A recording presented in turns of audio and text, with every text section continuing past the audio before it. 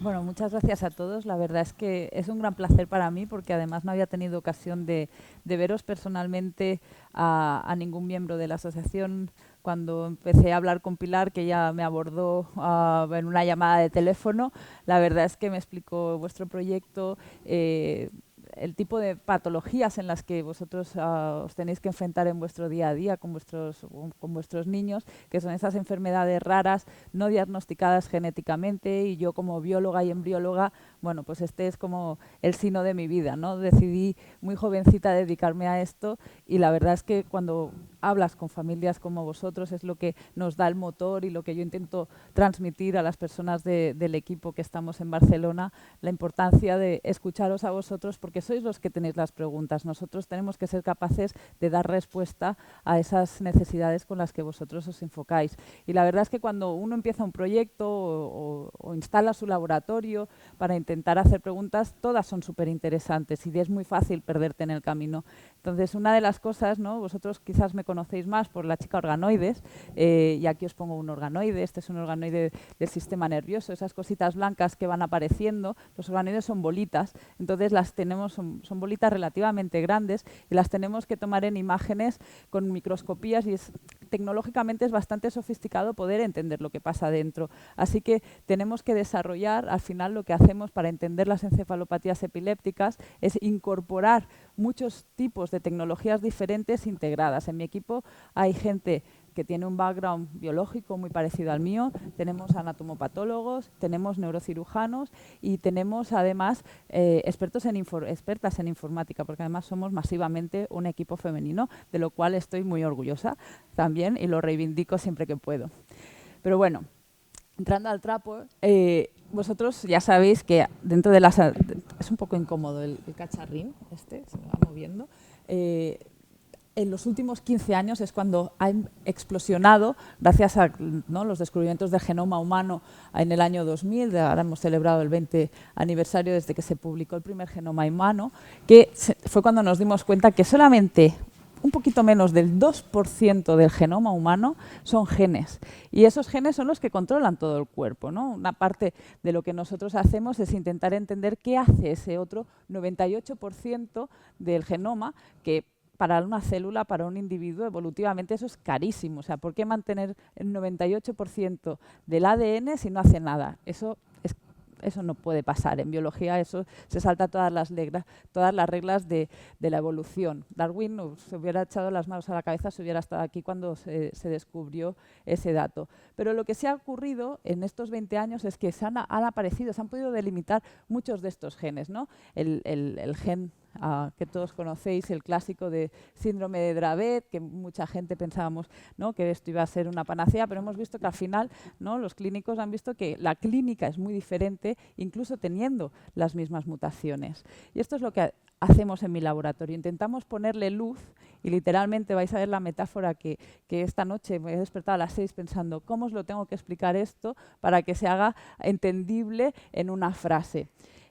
El genoma, los genes ocupan el 2% en el genoma humano. El resto del 98%, ¿qué hace? Pues tienen todos estos componentes, promotores, enhancers. Un enhancer es un activador, por así decirlo, que controla la expresión génica de estas estructuras, que son los genes, que son los que generalmente utilizamos para diagnosticar las mutaciones, porque son en realidad las bombillas de la luz de la habitación. Si se apaga la bombilla, no hay luz, no hay tutía, no hay nada que regular. Pero ahora vamos a darle forma. Esta luz no se enciende sola, ¿verdad? En nuestras casas, o yo por lo menos, la mía no es muy tecnológica y yo no tengo Alexa, pero seguro que muchos de vosotros tenéis Alexa y algunos ya le podéis decir: Alexa, enciende la luz del baño. Alexa, apaga la luz del baño cuando a vosotros os interesa. Pues esto es lo que hacen los promotores, los interruptores. Pero además hay unos interruptores que controlan la intensidad de la luz, ¿verdad? Todos cuando tenemos niños pequeños pues ponemos esa lucecita con el regulador que da las lucecitas y que te saca la cancioncita y todo, ¿no? Pues si nos ponemos a pensar, lo que estamos intentando adivinar en el laboratorio es cómo se gestiona toda esa estructura que hay detrás para encender la luz en el momento adecuado. Si no es en el momento adecuado, cuando el gen se expresa, esa expresión anómala va a hacer que se pueda generar una patología, especialmente en etapas tempranas del desarrollo, como son las enfermedades de nuestros pacientes aquí en la asociación, ¿verdad? Entonces, lo que intentamos es justamente esa integración, aprender cómo Alexa habla al interruptor y cómo el interruptor enciende y controla la expresión génica. Uy, me he ido para atrás. Uy, estoy haciéndolo al revés. Aquí, esta es la cosa. Y esto es lo que en los últimos años hemos estado haciendo. En un trabajo que hemos publicado hace 1 año y medio, hemos ido a mirar cuáles son los interruptores, los enhancers, que tiene el cerebro humano específicamente. Solamente esos interruptores que encienden genes que tienen que estar expresados en el cerebro. Y vemos que hay algunos de los genes que están encendidos o controlados por poquitos de estos interruptores, por poquitos. Voy a empezar a llamarles enhancers porque si no me voy a empezar a liar con los términos, así que interruptor, enhancer. Pero luego tenemos otros genes que tienen hasta 80 enhancers que los regulan. ¿Y qué pasa? ¿Por qué necesita un gen tantos enhancers? Para controlarse correctamente, porque si uno falla, tenga otro que le va a activar.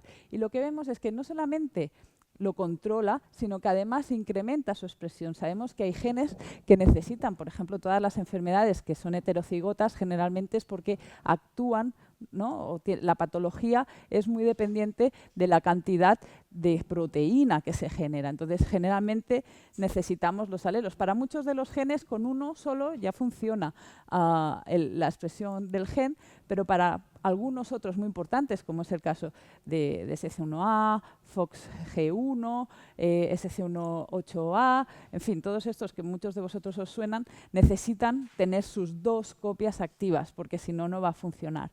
Y esto es algo que quizás, aunque tú tengas una mutación en el gen, si eres capaz de controlar todos los otros interruptores, a lo mejor puedes darle un puntito extra a la expresión que quizás terapéuticamente pueda ser una salida, pero en todo caso sí que nos sirve para identificar aquellos otros reguladores que están fallando, que tienen mutaciones, porque pensar que todas nuestras células tienen mutaciones. Se genera una mutación cada 1.000.000 de bases y tenemos 300, nunca me acuerdo del número porque tiene muchos ceros, 300 a la 12, cada duplicación celular, o sea que ni siquiera las mutaciones de las células de la sangre son las mismas o se esperan que sean las mismas de las células de nuestro cerebro. Así que al final es muy compleja la estructura genética. Pero lo que sí que siempre tenemos que tener claro es que los genes y las proteínas, que son las que hacen las funciones, actúan de forma regulada. Unos regulan a los otros. Normalmente no hay ningún gen que vaya por sí solo. Y eso es lo que cuando en mi laboratorio ponemos genómica funcional, eso es lo que intentamos hacer. Pasar de lo que vemos en los análisis genéticos y epigenéticos que hacemos a la función. ¿Qué función tienen o qué mala función hacen cuando esos enhancers o esas regiones no génicas están mutados? Vivimos con las imágenes de Ramón y Cajal, que aquí tenéis una, además estáis de suerte porque os van a abrir, según han dicho, un museo de Ramón y Cajal por fin aquí en Madrid. Bueno, por fin en España y os la habéis quedado en Madrid, mal que me pese a mí, que yo vivo en Barcelona y no lo voy a poder ver tantas veces como me gustaría, pero los grandes anatomistas y los grandes neurólogos que se dedicaban a hacer investigación hace 100 y 150 años describieron muy bien las estructuras y las funciones de las diferentes regiones del cerebro. Y en los últimos años hemos ido aprendiendo qué hacen esas regiones cuando falla algo, somos capaces de visualizar exactamente qué es lo que está pasando. Y si esto, tengo problemas con el ratoncito. Ahora, aquí hay algo, no sé si es que no plica fuerte o estoy plicándolo mal. ¿Y cómo lo hacemos? O sea, está claro que no podemos coger un cerebro y empezar a jugar y a moverle y a ponerle mutaciones, ¿verdad? Esto está claro y todos lo tenemos claro que no es lo que queremos que pase. Pero en los últimos años, y esto es, cuando digo los últimos, en realidad son en los últimos 9 años han aparecido los organoides humanos. Cuando yo me fui a Bélgica todavía no se hacían organoides, sí que empezábamos a hacer estructuras tridimensionales. Yo, de hecho, durante mi tesis en neurooncología había utilizado una pseudoestructura parecida, pero con la aparición de las IPS, que a todos os suenan y que me consta que habéis estado hablando, hemos conseguido utilizar las células de los pacientes, células somáticas, células del resto del cuerpo, ya sea de la sangre, de los fibroblastos, ponerlas en cultivo celular, revertirlas a un estado muy parecido al que tiene un embrión, las células de un embrión tutipotentes, justo antes de que se implante en el útero, y esas células son las que van a dar a todos los tejidos del cuerpo. O sea, al final lo que hacemos es, le decimos a la célula, le ponemos unos cuantos compuestos químicos, le modificamos la expresión génica de unos cuantos genes, y esta célula,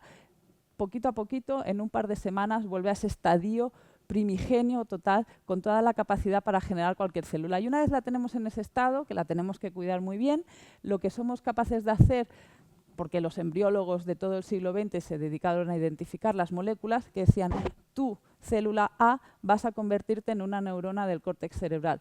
Tú, célula B, vas a convertirte en una célula cardiogénica. Y así somos capaces de identificar de forma separada, generar organoides de cada uno de los tipos de tejidos. Y cuando tenemos esto, no es un organismo, no es un cerebro, ni mucho menos, porque solo tenemos 4 o 5 grandes tipos de células. Tenemos neuronas, tenemos astroglía, tenemos algún oligodendrocito, un poquito de células ependimarias, pero no tenemos vasos, no tenemos las estructuras, como os he enseñado ahí el cuadro de las funciones, ¿verdad? No tenemos un cerebro o unas neuronas que sean capaces de hablar, porque no están conectadas a una laringe para poder articular esa musculatura. Entonces, lo que somos capaces de hacer es pruebas de laboratorio. ¿Y qué tipos de pruebas hacemos? Bueno, pues como ya os podéis imaginar, esto era lo que os estaba explicando, cómo son los organoides por dentro. Tienen muchas neuronas y tienen estas bolitas que cada una de ellas es como un trocito de una región de un cerebro, pero no forman un cerebro de verdad. Es simplemente trocitos de diferentes regiones, un patchwork de cerebros. Lo que hacemos es esto, marcamos las neuronas para ver cómo utilizamos las neuronas como el paradigma de la función cerebral, que es lo que en realidad para los biólogos, ¿no? Los neurólogos, ahora Antonio, al doctor Gil Nagel se va a poner las manos en la cabeza cuando lo diga, pero al final son estructuras que solo transmiten electricidad, que necesitan de muchas otras cosas, ¿no? Si lo ponemos burdamente, las manos en la cabeza y están, pero al final lo que queremos ver es qué pasa con estas neuronas cuando están enfermas. Estos axones, estas conexiones que se han estado formando, ¿qué van a hacer? Le ponemos estos marcadores y aquí os presento unos resultados que todavía no hemos publicado. Hemos utilizado el síndrome de Dravet como modelo porque es más sencillo, porque tenemos células y por una cuestión de permisos para producir IPS en el laboratorio, que lo tenemos parado desde hace 15 meses burocráticamente, las he tenido que comprar, no las puedo producir todavía. Al final, pues por cuestiones legales, están los pacientes muy protegidos, porque a priori con una IPS tú podrías eventualmente en algún momento, no todavía, generar un clon humano. Entonces, esto tiene que estar muy regulado, estamos en una época un poco conflictiva en estos términos y todavía no las he podido generar. Total, que con las células de Dravet que he podido comprar, lo que hemos empezado es a modelar la patología. Con las técnicas clásicas, crecemos nuestros organoides, aquí nos parecen más o menos que puedan haber diferencias entre un organoide sano, un organoide de origen Dravet, que tiene mutaciones en el gen SC1A, vemos TUJ1 es un marcador de neuronas, vemos que hay algunas diferencias, vemos que cambian, que hay más astrocitos, pero lo que realmente hemos hecho los organoides al final es muchos cerebritos en una misma bolita, que al final no nos podemos pasar la vida cortando y haciendo tinciones. Esto es inviable. Hemos instalado una tecnología basada en inteligencia artificial que, utilizando el organoide completo, haciéndole estas imágenes tridimensionales que estabais viendo en la primera diapositiva, conseguimos predecir de forma fehaciente si ese organoide tiene un origen genético con la mutación de Dravet o un origen genético sano, ¿no? Viene de un paciente sano. Y aquí, si esto conseguimos que pase, ahora aquí, no sé qué, quizás que lo saco de la pantalla. Bueno, estas son las tablas que tengo que poner, porque son las tablas de predicción con la matemática que enseñamos, ¿no? La cantidad de organoides, la cantidad de imágenes. Aquí hemos dibujado las diferentes imágenes de los organoides. Cada uno de estos gusanitos es un organoide. y lo que vemos es que sí que hay una polarización, o sea, el sistema es bastante capaz, con casi un 90% de eficacia, de distinguir si el organoide tiene un origen sano o tiene un origen patológico, en este caso de Dravet. Y cuando hemos ido avanzando en estas cosas, evidentemente, esto está muy bien, pero esto tiene que tener un uso, ¿verdad? Y vosotros lo que queréis es este uso, ¿no? Aquí es cuando trabajar con asociaciones como vosotros, para nosotros nos supone darle ese poquito más, porque lo que hemos ido a probar es cómo un organoide reacciona cuando lo tratamos. Aquí, los dos tratamientos que os he puesto aquí es el ácido valproico y la fenitoína, que como sabéis el ácido valproico, a pesar de que el síndrome de Dravet es fármaco resistente, pero sí que tiene una cierta actividad o respuesta al ácido valproico. En cambio, la fenitoína es un fármaco tóxico para el síndrome, para los pacientes con síndrome de Dravet, porque bloquea el canal de calcio y efectivamente es algo que vemos. ¿Veis aquí? Esto es una tinción por hematoxilina eosina y vemos que el organoide se está deshaciendo, aunque no lo vemos claramente cuando está compacto todavía, pero sí que vemos que el tejido empieza a estar dañado.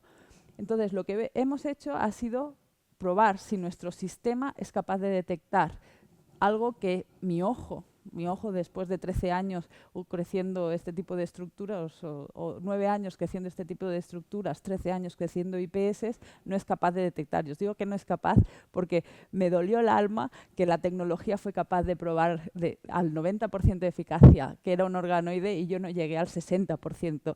Mis ojos no fueron capaces de detectar el 60% de estos organoides.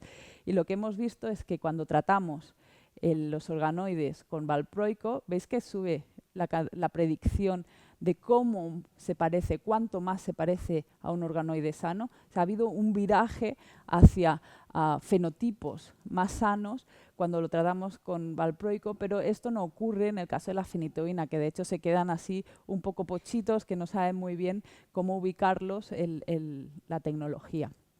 En fin, todo esto para deciros pues lo que hacemos un poco en general en el laboratorio. Por una parte, intentamos entender qué pasa a nivel genómico e intentamos extrapolar todo eso a la función y eventualmente pues daros una respuesta a vosotros. Y a vosotros me refiero no solo a las familias, también a los neurólogos, que son los que están con vosotros en vuestro día a día y que a veces pues bueno, no pueden tener el tiempo para sentarse, identificar estas tecnologías y poder identificar cuáles son las drogas o los tratamientos que mejor o que pueden favorecer de forma personalizada, porque no nos olvidemos que esto vienen de IPS, que vienen de células directamente del paciente, para poder elegir con un poquito más de seguridad quizás aquellos tratamientos que puedan funcionar mejor. Y con esto pues os doy las gracias a vosotros, a Pilar, a Antonio Gil Nájel, por ser nuestro director científico y estar haciendo un excelente trabajo uniéndonos a Elvira y a la asociación FEDE y especialmente a vosotros y a estas chicas. Aquí faltan 2 chicos que ahora ya hay también en el laboratorio, pero seguimos siendo mayoría chicas y hacen un trabajo excelente cada día ahí al pie del cañón. Y nada.